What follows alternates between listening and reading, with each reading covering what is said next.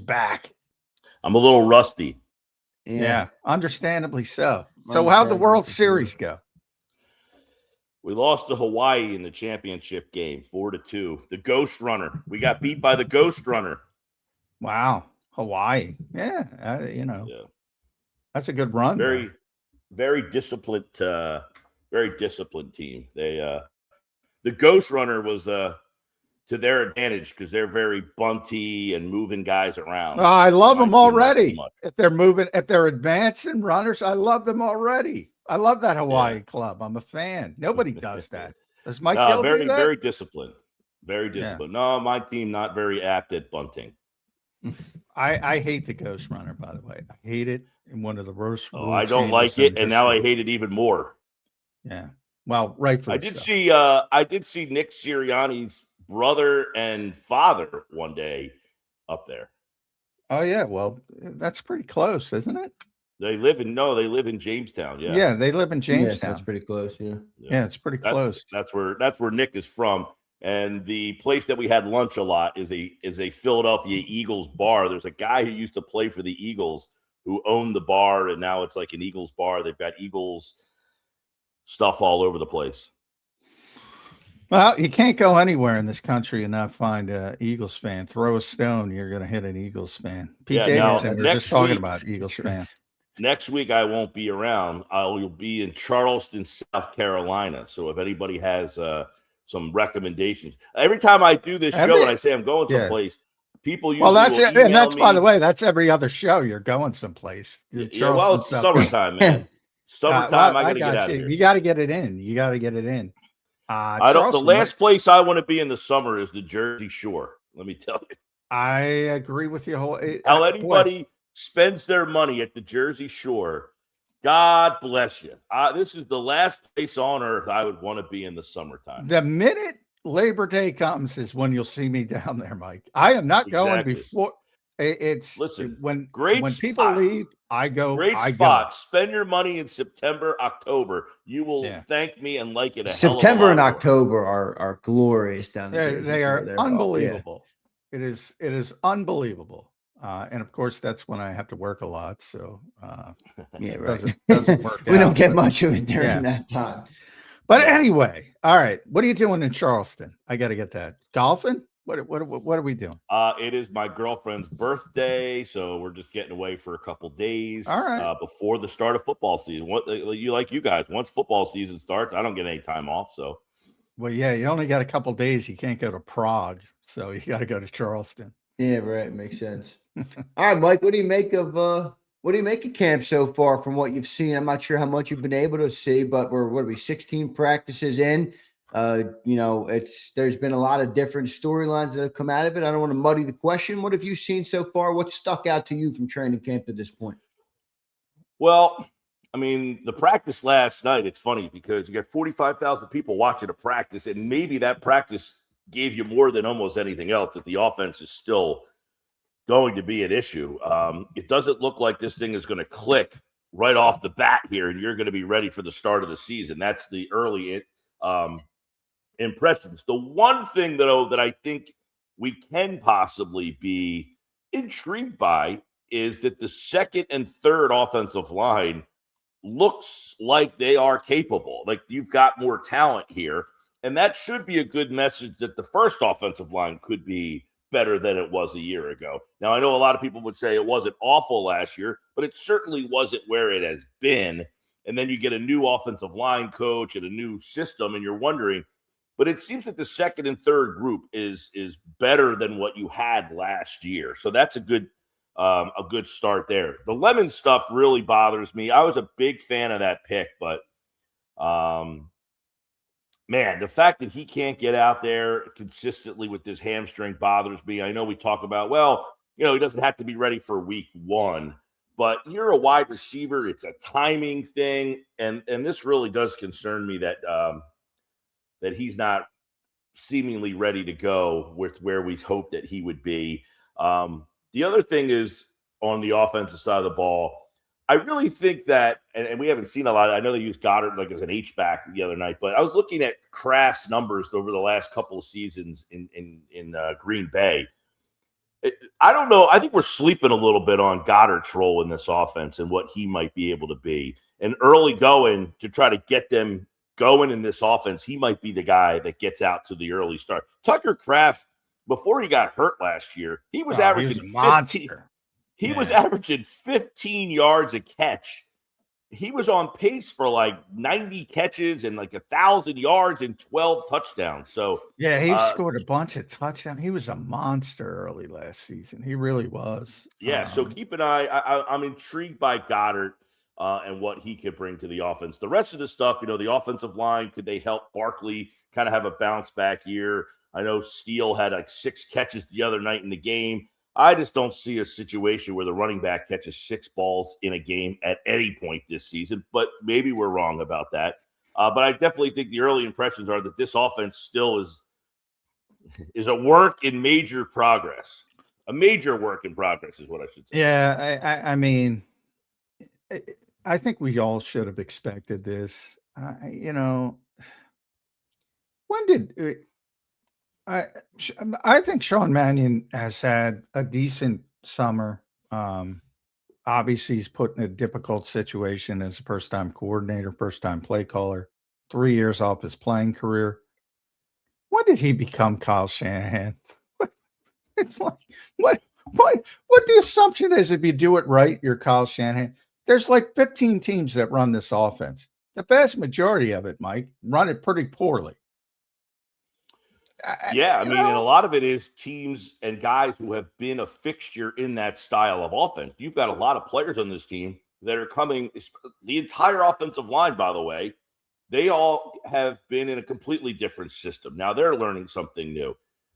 All of the quarterback and receivers that have actually worked together, Devontae Smith, Darius Cooper, a little bit, they work together in a different timing, in a different rhythm, in a different offense. So now they're trying to get together on the same page in a different style. So this is, as we've talked a lot about, is you're putting a lot of faith in the fact that this team is going to get this. And listen, I'm not a proponent of playing in the preseason.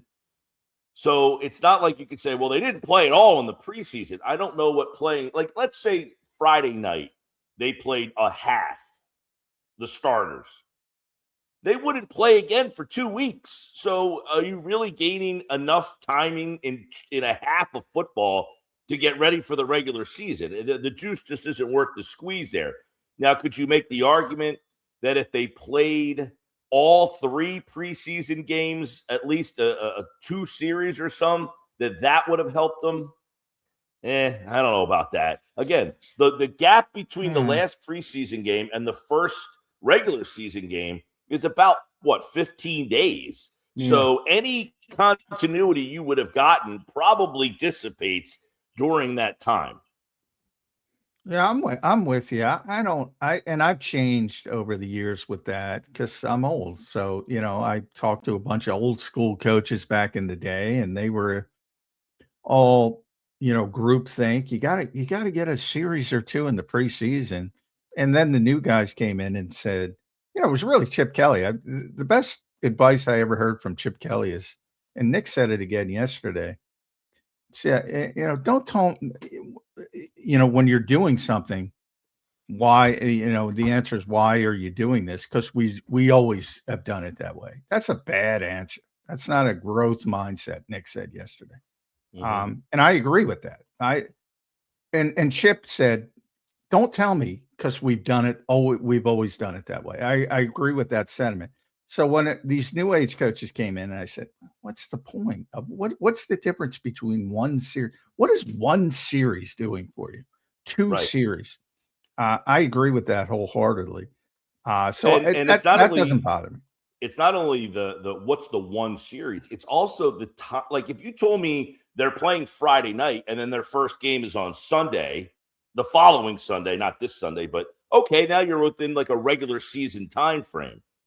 They don't play until the 13th of September. Yeah. So you're telling me a game on August the 30th for a half is going to get you up to speed and ready to go for a game on September, 12th or whenever it is. The timing doesn't make any sense to go out there and try to get hurt. Would you like to see it for the fact that, hey, they would get some game reps. Now, I mean, I don't know, the New England practices, I'm sure they got a lot there. Last night you saw some. So it's not like they're doing nothing, but yeah, they're getting the first team's getting all the work in these important practices. Correct. Basically. So yeah, they're getting plenty of reps. That's not the issue. Now you would ask the question, why are those reps less apt to get injured than a preseason game? Why are those reps more important than playing in an actual stadium in a real game situation? Well, you're not tackling. It's not live. You're not tackling to the ground, basically.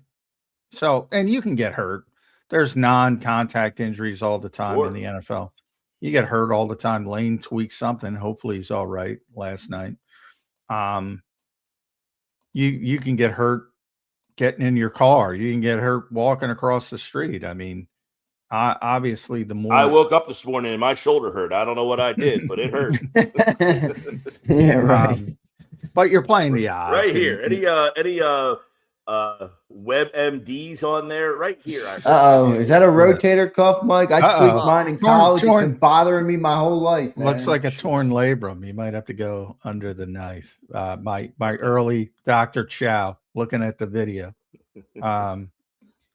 But by the way, that guy is the nicest guy in the world. Oh, he's tremendous. Yeah, he's really nice. We have him on the afternoon show all the time. He does really nice guy.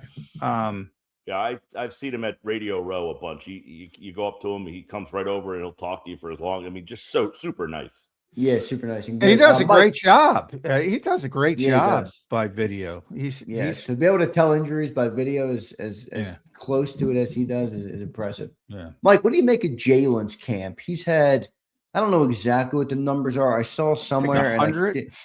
13 interceptions, I think, and 15 he's got a boatload of practices. interceptions. And it's like it's more than or as many as he had in the last 4 training camps combined. Now, let's be real here. All right, it's training camp. Does it really matter? I don't know. What do you make of the uptick? What do you make of Jalen in this new offense based on what you've heard so far? And any concern there, or maybe optimism if you feel differently? Well, I look at it 2 ways, and I was talking about this with somebody the other day. Is he just saying in training camp, I'm just gonna let it go and just if I throw an interception, whatever, what's the difference, just to try to see, or is he legitimately having problems with getting this offense and mastering it right now? That there's the yin and the yang that you're not really sure about.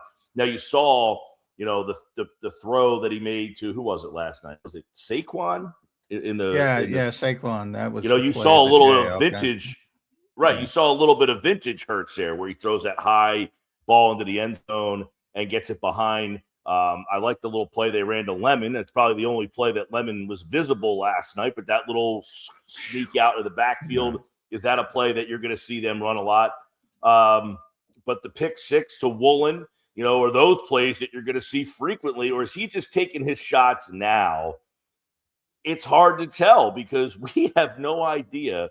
Now, John, you probably see a little bit more of what the offense, what they do day to day, but us that don't get a chance to go to any of the practices or talk to these guys on a day-to-day basis. I thought I was watching the game Saturday night and they were interviewing Lane Johnson and they said, "What do you think of the new offense?" And he was like, I think he doesn't know what to think about what the offense looks like right now. Now, he hasn't been out there all that much either, but it's almost like I don't know what to say about this right now. Like we're all just kind of going through. Well, he's largely been a big proponent of it.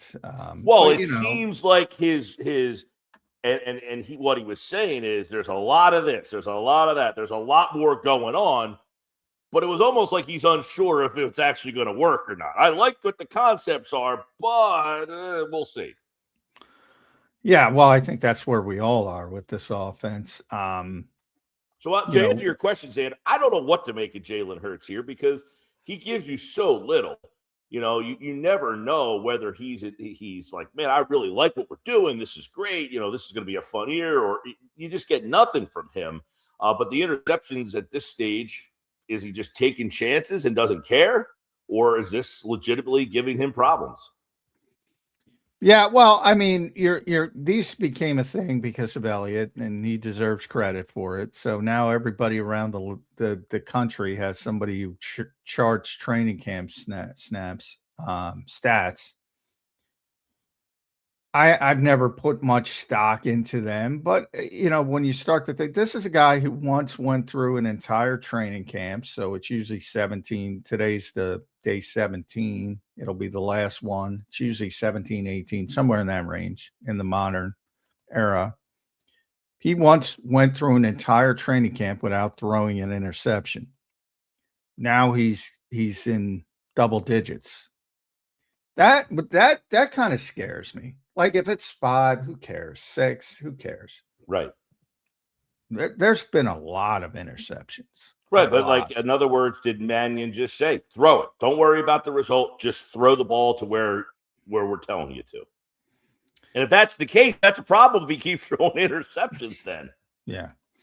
Well, I mean, and all interceptions, as you know, you got to look at each individual one. He had 2 last night. One, probably shouldn't have thrown the ball. It was a poor route by Lemon. Reek undercut it with his speed. And then just the pick 6 towards the end of the practice, that was just a bad throw. The flat out bad throw. Just it looked bad coming out of his hand. It was just there was no mustard on it, nothing.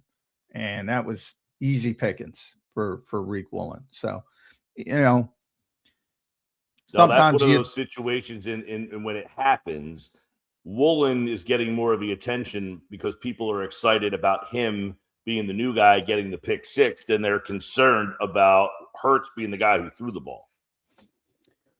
Well, yeah, they're You're looking at concerned. It the other way. Yeah, they're always concerned about the quarterback. But, I mean, the Eagles social media team knows that. They got in trouble for showing a Quignon interception in practice. What are you doing? What are you doing? That. I was away last week, but that reached where everybody was the Eagles thing. I was like, geez. Yeah. What'd you think of that? Because I'm like, what are we doing here? Who cares? They're showing a highlight of Quignon Mitchell. Who cares?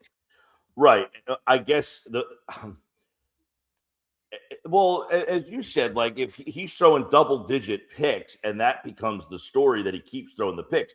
In the other instance where the other camp, he didn't throw any, and that's the only one that he throws. He throws one, and that's the one that you show. But now it's almost like that's all he keeps doing is throwing picks, and you're showing him throwing more picks. It's like everybody's dissected. It's like every year this happens. We yearn for the first preseason game. We're ready to go. And by the first snap of the first preseason game, we're ready for the regular season to start because now you're just like, but with this situation and this team, they almost need a 4th preseason game, even though they wouldn't play in it just to have more camp time. Yeah. Well, certainly with some of the issues, I don't think the defense is the positive. I mean, they look ready to go, and they don't even have Grenard yet. That defensive front, Mike Gill, well, it could be special. If Grenard gets back healthy, you got 3. If he's healthy, you have 3 high-level edge players and good depth. And inside, you have 3 high-level defensive tackles and depth. Well, and I think it's going to be like on right now, Friday night, I don't know where the backup quarterback stands. McKee's obviously outplayed Dalton. You've got, I guess, receiver 4 or 5. Who's going to be there? Do they keep Brown because of the money? Cooper and Moore have probably outperformed him. I know Brown caught a touchdown, I think, last night. But on the defensive side of the ball, it's going to be interesting to see how they get this Weeru and Bernard situation because both of them are international players, right? Yeah. But what are the options there? Well, they're my thought is they're going to keep Uar because they already made that decision when they drafted him, and they'll keep him on the 53. And then you have to waive Weeru, and you have an extra spot on the practice squad for the IPP exemption, and he'll get that as long as he clears waivers. I think he'll clear waivers pretty easily. I don't think anybody's guaranteeing a roster spot for a long-term developmental prospect, but people get hyped up over third-string snaps in preseason games. I don't Well, think it's not only anybody. that. I agree with the premise if it was just a guy from Middle Tennessee State. But it's like the fact that he's an international player and the Eagles have done this with Mailata and that they're looked at as like, ooh, they know something. It's like, we'll take them if you're the Browns or the Raiders or some lousy team that really doesn't have expectations that can afford to try to give that guy the roster spot. Well, it's possible, but then I'll that's a gamble I'll take. I mean, they have to. Right. It's not a make or break. It's not a make or break. If you claim him, you have to put him on your 53, and he's not going to play. So you're wasting a roster spot about a guy over a guy you haven't been working with. The Eagles have been working with him, so he's got to go in. He's a new player who's never played football before. Now he's got to go into a new system with new coaches. I think that is a big long shot. But what I wouldn't do is keep both two guys who have no chance of playing on the 53 just because you're worried about waivers. I mean, I'll roll the dice. So on defense, the situation with those two prospects would be interesting. Other than that, I guess I don't know. Well, there's not much other questions on the defensive side of the ball. I feel bad for Trotter. The poor guy could probably start on every team in the league except for here. Yeah, I mean, he's a good player. I don't know about every team, but he's a good player. He'd be a starter in the NFL somewhere. Yeah. Vic called that. They're very deep on defense because Vic called that the deepest position. Yeah. The other guy I think would be Edge Robinson. is even deeper. Yeah, Ty Robinson. They're not cutting Ty Robinson. What's that? They're not cutting Ty Robinson. Yeah, I was going to say. I mean, he's a fourth-round pick. He's actually, shown a little pulse. Obviously, yeah, but I think he did what he needed to do to make a team. Now, I mean, you know what I mean. So, I mean, I think that's the thing, Xander. It's you. He flashes the other night. He's a fourth-round pick, so you're thinking, they want to keep the guy. So I guess, but the question is, it's almost like, where are the reps for him? Where are the snaps for him? I mean, you're so deep at that position. There's not many. I think the hope there is he's your Moro Jomo replacement next year, to try and now that's a big bar to clear, but I think that's the hope, for him. I don't think he'll be. I think he'll be here for sure. Yeah, no question. Is like there's so many times where like Steele the other night had 6 catches, 80 yards, and you're like, oh, well, you got to find a role for this guy. How's he getting more than a snap every other week? If he actually, you're looking for snaps for Bigsby, Shipley, and now you're trying to find snaps for a fourth running back. It's absurd. Yeah. The Madden mentality is absurd. Like if you have Saquon Barkley and you're trying to get Tank Bigsby snaps, you're nuts. Never mind Carson Steele. You don't want Saquon off the field. Obviously, has to be. You have to be. Yeah. You have to be smart. You have to manage it. Probably 8 to 11 snaps here and there. But there are people that legitimately. Oh, you got to give Tank more. No, you don't. John, with that mentality, do you think that would be a reason that it's likely not only based on the schematic changes of the offense, but that they would try and get the ball to receivers 3 and 4 more this year? And what I mean by that is, like you just said with Saquon. When your opportunity cost is so high to put a backup in the game because your top guy is so good, you're not going to go that way. That's how it's been at receiver too. It feels like every time you throw the ball to wide receiver 3 and 4, you're not throwing it to AJ and Devontae, which, is stupid. Now that AJ's gone and the 2 is not as good as what it once was, maybe they feel a little better about spreading that ball out a little bit more. Well, I don't know if that makes sense. I went to the Green Bay offense the last 2 seasons. They didn't have a receiver over 1,000 yards. They had a bunch of guys around 700. Now, do they have a player as good as Devontae Smith? Probably not. Jalen Reed, I think, led their team last year. You had Watson the year before that. I mean, you had a bunch of guys in that 800, 700 yard range. So they're spreading it out a lot more. Kraft's a bigger part of their offense as well. So, yeah, you might be right that That's another example, though, and I was talking about this earlier in the week, Mike. The old correlation does not necessarily imply causation argument. Like, did Green Bay have a bunch of 700-yard receivers because they don't have A.J. Brown and Devontae Smith? I would say that's the reason they had 700-yard receivers. Yeah, Dobbs. I think Romeo Dobbs. With exactly. Like, Jaden Reed, Bo Melton, Dontavian Wicks. They had like 5 guys. And by the way, Christian Watson's their best receiver. He's always hurt. If he were healthy, he'd have, he would spike ahead of the others. Jaden Reed was hurt as well. Those are their 2 top receivers. And then here comes Dobbs and Wicks and Melton and everybody else. It is like a dynamic, though, where you had these 2 guys that dominated everything. And you're just trying to get those 2 guys, which over time, teams said, we're not going to let you get these 2 guys. You're going to have to find a 3rd or 4th guy. And they never were able to find a 3rd or 4th guy that they could find a rhythm or trust in.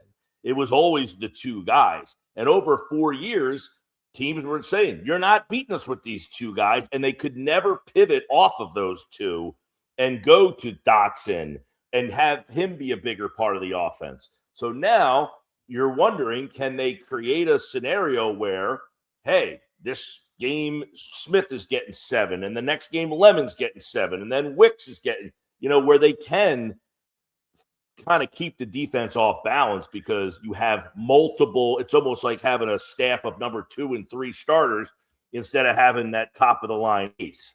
Yeah, I made the base, but they have a bunch of 4s though, not 2s and 3s.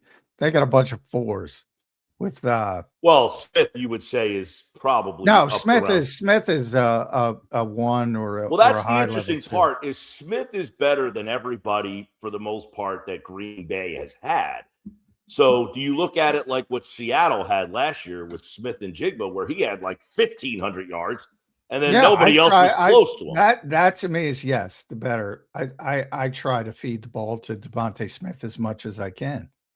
I think that's everything. I think, in the quarterback's part of it as well, Jordan Love is more willing to spread the football around, probably out of necessity. So maybe it becomes necessity to Jalen Hurts as well. Yeah. But I always want the better players. I always want the 1s and the 2s. Like, I don't want to spread the football around if I have Jackson Smith and Jigba or Jamar Chase or Justin Jefferson, one of the top level receivers. I want to get them the football. Sure. Well, it's like if you have a big time scorer in the NBA, do you say, hey, we got to spread it around? No, you try to close the game out with the guy who gets you 30 a night every single night. I get, but those guys are it's great to have for big plays and but you always need the chain mover, the guy who knows where to get that first down and reset the offense. And that's something that sometimes the Eagles struggled with because they were so insistent on getting the ball to those 2 guys, which is great. But again, it was like, hey, if you need to get this, how are you going to get it there? But, the Eagles have never been an explosive offense in this era, in the Jalen Hurts era. They've never been an explosive offense, but they've been. What they did, though, was take a lot of one-on-one shots down the field, the 50-50 balls. Yeah. And at times they were very good at it and other times not so good. But this passing game is predicated on a good running game. And that's, people forget how good they ran the football pre-Saquon Barkley. So, Nick's been here 5 years. They've had a top 10 offense EPA-wise for the advanced nerds 4 times, and last year was the first time they didn't. And what's the difference? The running game imploded. Well, and that's a good conversation to bring up, though, John, is they had a great running game before Barkley. When they got Barkley, the running game went from great to elite. So then you go back to, did this running game just completely get figured out, or did the offensive line not perform at the level it had been performing at? that factored into the running game going from great to elite to mediocre. So, like, in other words, do you really need to overhaul your run game, or was it based on the fact that, hey, your offensive line was banged up last year? I think it was the banged up aspect, and I've said that from the start. I think the Eagles overreacted. Like, I think we all Changing. could agree that they needed to add some layers to the passing game, especially if you're losing A.J. Brown. But do you really need to overhaul your run game too, or do you need your offensive line just to be healthy and perform at a higher level?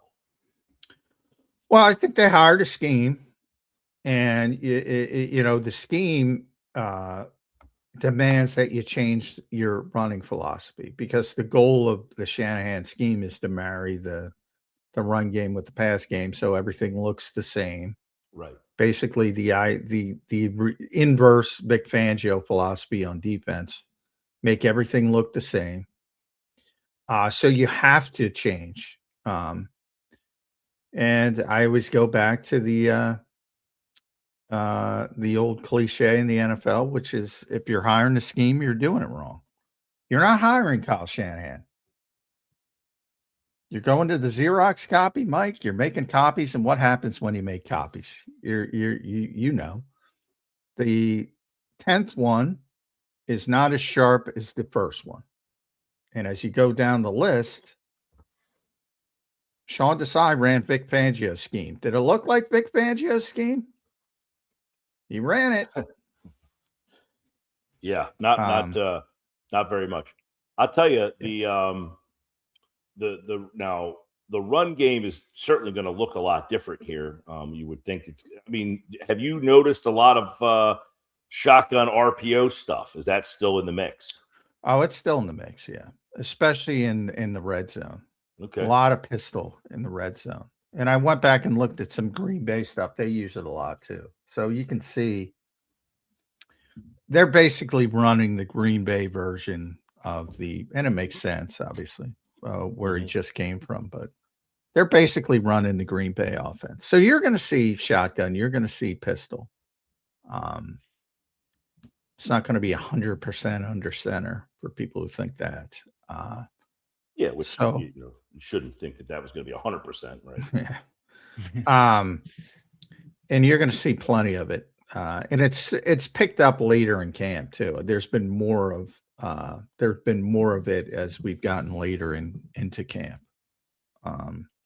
Whether that's an adjustment, I don't know, but it would make some sense, because that's all Jalen Hurts has done, not only in the pro level, but in the college, at the college level as well. So Dave McKee and shotgun a lot too. Oh yeah. And so I think people are going to be surprised how much there is, to be honest, because it seems to be picking up.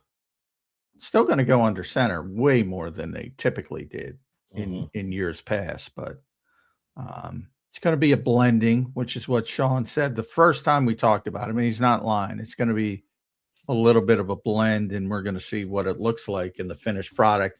But one thing I would guarantee, Mike, is you're going to see some growing pains.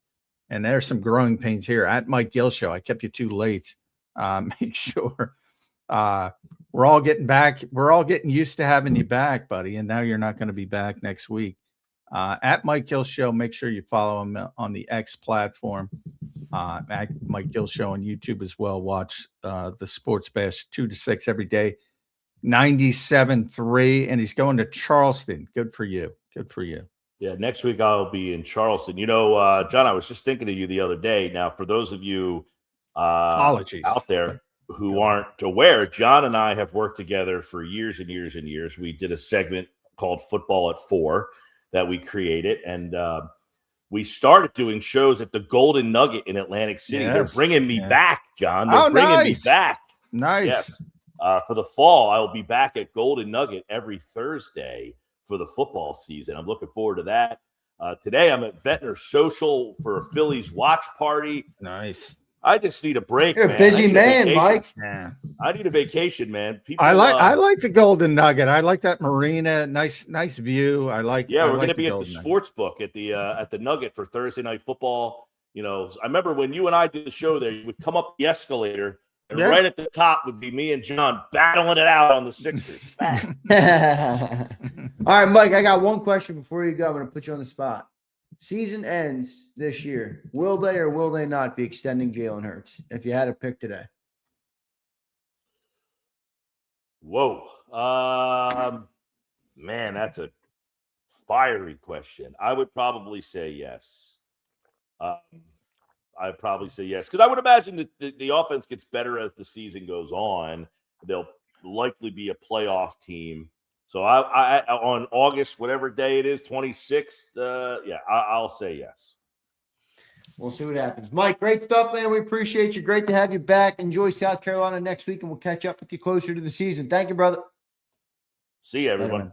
There's Thanks, Mike Mike. Gill joining us right here on Birds 365. Good stuff from Mike Gill.